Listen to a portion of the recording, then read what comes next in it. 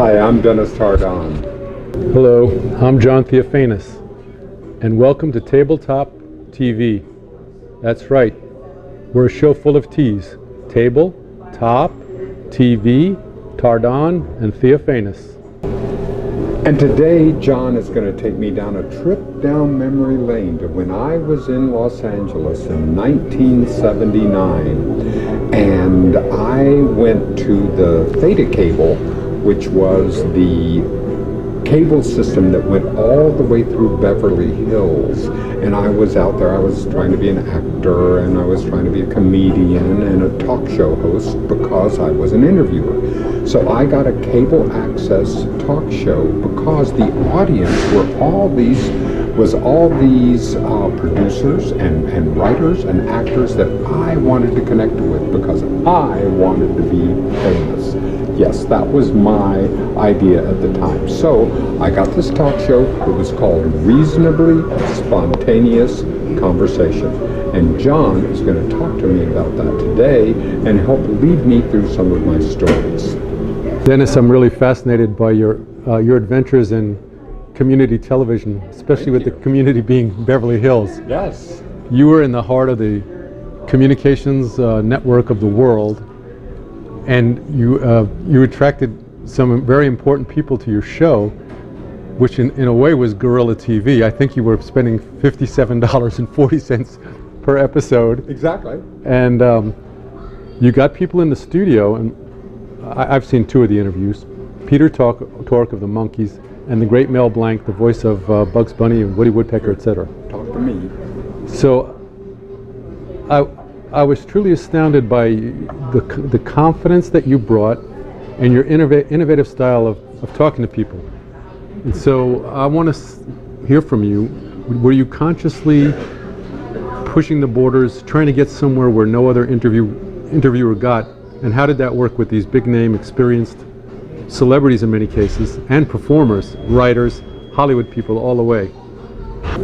Great question, John. Thank you. I developed this particular style is that I had an idea that I wanted not to know what they did, but who they were. Who was the person a couple of layers down below their persona, their activities, their achievements. So that was the idea that I had. I'd been studying consciousness at that time, and in my studies of consciousness, my spiritual quest and journey, this was what it was about. Who we were at an essential level. So the concept of this reasonably spontaneous conversation was that, and we deliberately had it to where when the director came in, we would have already be talking. It would be like that we were sitting in the coffee shop like we are today, and you would just be able to get a little snippet. Like if you were sitting over here, you just get like a half-hour snippet of whatever they were talking about. It didn't matter. I mean, you wouldn't know, but you get a sense of it because people are very sensitive. They're aware. They're able to understand a lot more about people than we actually give them credit for. So that was the concept. And so I found that the people responded beautifully to it.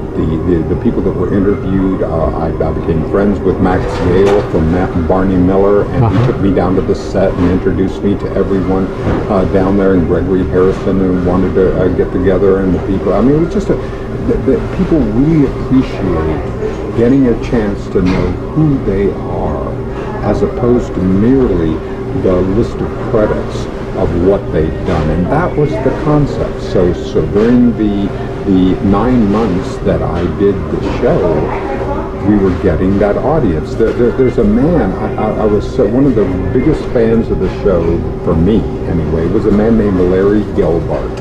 Oh yeah. And I'm telling you, this is MASH. like maybe, yeah.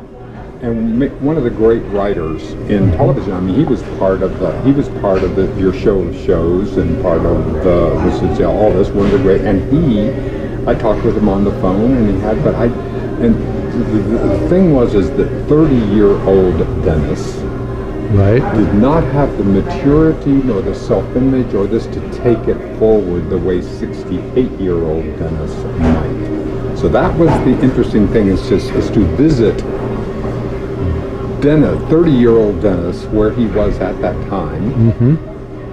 Actually 31-year-old Dennis, almost 32-year-old Dennis, where he was at that time. And then to say, okay, that's who I was then. And do you remember you at 32? Do you have a clear idea of how the difference 32-year-old John Theophanes and how old are you today? 67. And 67-year-old John is? Can you talk about that? I was a hippie in South Austin from about 24 to 29, and then I moved to Houston because I wanted to get a real job, which I did. I got a job as a public school teacher in the Houston school district. But I remember at the time, you talk about a spiritual quest, I said to God, God, I'd like to know the meaning of life, right? So, you know, you got to be careful what you ask for. So God sent me the answer in the form of an alcoholic genius engineer with a serious heart condition named Lane Whitehead.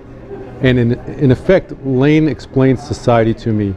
He told me he needed to change his personality because his arteries got so clogged up. Denton Cooley had to do a quintuple bypass on him, probably in the 60s, you know, for which he was grateful. Denton Cooley, the famous heart surgeon, saved Lane Whitehead's life. So he told me he was a very colorful guy, brilliant scientist, that he had to read a pile of books this high, psychology books, to change his personality and get out of the driven type A personality to a more peaceful personality. So in the process of doing that, he learned a lot. And he said to me, John, the first time he met me, I had my daughter who was about 4 years old at the time. He had a 40-ounce beer in his hand and was drunk. He looked at me and he said, John, you don't think you deserve to live. And as soon as I heard that, a light bulb went on and I said, he's right. So then I proceeded to take him to lunch, and he didn't have the best hygiene, you know. He had to drink to get the confidence to face the public. But we would go to lunch and I would pick his brain and he explained to me why I was in that psychological state and if there was any chance of changing it, what I needed to do. And anyway, how was I different? So I was innocent, I was slimmer, I was ambitious to make a better living as a school teacher, which I did. But then change is difficult. And that next year, in an impulsive decision, I proposed to a woman and within 24 hours realized I made a big mistake. I was about 32 or 33. I felt so guilty. I basically had a nervous breakdown and got pneumonia at the same time. And that is mind-body connection, right? Total. And it was debilitating. And I tried to explain to the doctors in Houston at Southwestern Hospital, I think it was called, the reason I'm not recovering from this pneumonia is I'm having a psychological breakdown. They weren't at all interested in that. I couldn't blame them. But it took 10 days to get over the pneumonia. And then I was really thin. And I decided to migrate back to Austin, where I had my best friends in the world, and my extended family, you could say. And that's where I began the next phase of my life. So at about 33, I got reborn. Fascinating, John, because at that same time, I also had a breakdown.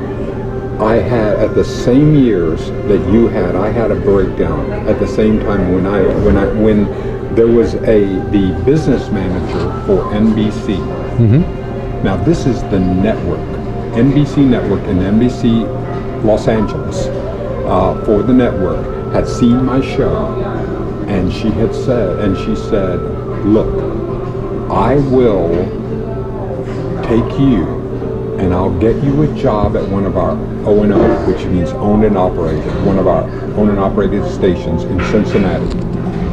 And I'll have you back here in Los Angeles in a year, and you'll have the talk show, the Phil Donahue show, the thing that you wanted.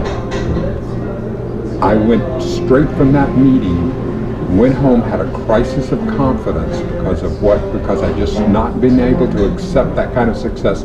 Took my motorcycle and drove it in front of a car. Whoa. Now, this is the revised version. I'm giving you a truncated version. It actually didn't happen that one day, but let's just pretend it was in a short amount of time. I was also in a relationship where she had this woman who we had fallen in love, and she was the producer on Reasonably Spontaneous Conversation, and we were going to do it. And then when I'd gone through my crisis of confidence, she said to me, "I'm disillusioned. You're not the man I thought I was. You're not the man I thought you were." That's what she told me. She says, "I'm disillusioned. I can't."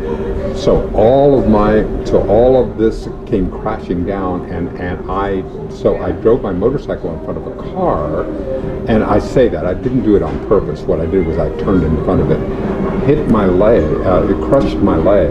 It didn't crush it, not true.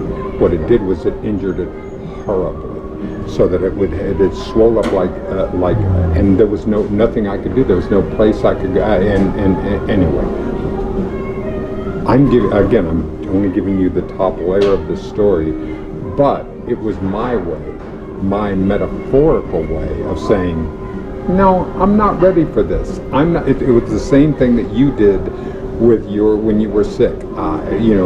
We just didn't have that. So I'm fascinated to see that we both, in our life journeys, have much of the same story. And this is new to me too, so I'm fascinated to find, you're such a picture of confidence now. Yeah. It's hard to think back that you struggled with the thought, because you seem like such a natural fit for going out to the provinces, trying a TV show, bringing it back to LA, but it's a tall order. Yep. Well, the interesting thing about it, John, is that whatever was on the outside that I could project on the outside, the inside was just like you were talking about Lane, it was the inside that needed to be dealt with, and inside that needed to be healed, irrespective of what was on the outside. And we know that from so many of our heroes that we have seen during our time, right? So, Dennis, it was fun watching the two surviving shows of Reasonably Spontaneous Conversation. Thank you. The one with Peter Tork and the one with Mel Blanc. And I got to see the 32-year-old Dennis. And you were exuberant, you were energetic.